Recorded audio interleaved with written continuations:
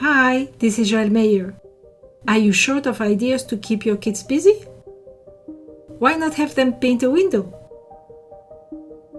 Start by protecting the floor with newspapers. Since I was working on my front door and space was limited, I protected the edges on the windows with masking tape.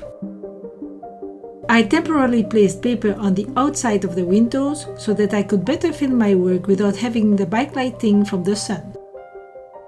For spring, you can paint flowers, a spring scene, or even a landscape with Easter bunnies and eggs of all colors. I decided to represent a daffodil and several tulips. For a scene with flowers, start by painting the flowers. As you can see, I proceeded by color. I started to paint the heart of the daffodil and the tulip using orange paint.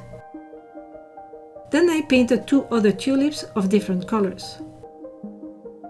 When the paint was more or less dry, I continued painting the stems and leaves of the flowers. Since I wanted the colors to be more intense, I added a second coat of paint on the flowers and on the stems.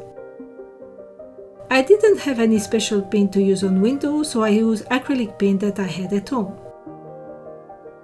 If you have tempera paint or gouache, I recommend that you use it mixed with a little dish soap. First, the soap helps the paint stick to the glass, and the other big advantage is that when the season is over, it will be easier to remove. To continue my project, I completed the bottom of the picture by painting stems in different shades of green. I could have added an insect at the top, for example, a butterfly, a bee, or a ladybug. When I finished painting the 2 windows, I removed the masking tape and then I removed the paper outside. When the season is over, wash the window and paint something else. Share your creation on the Animaplates website.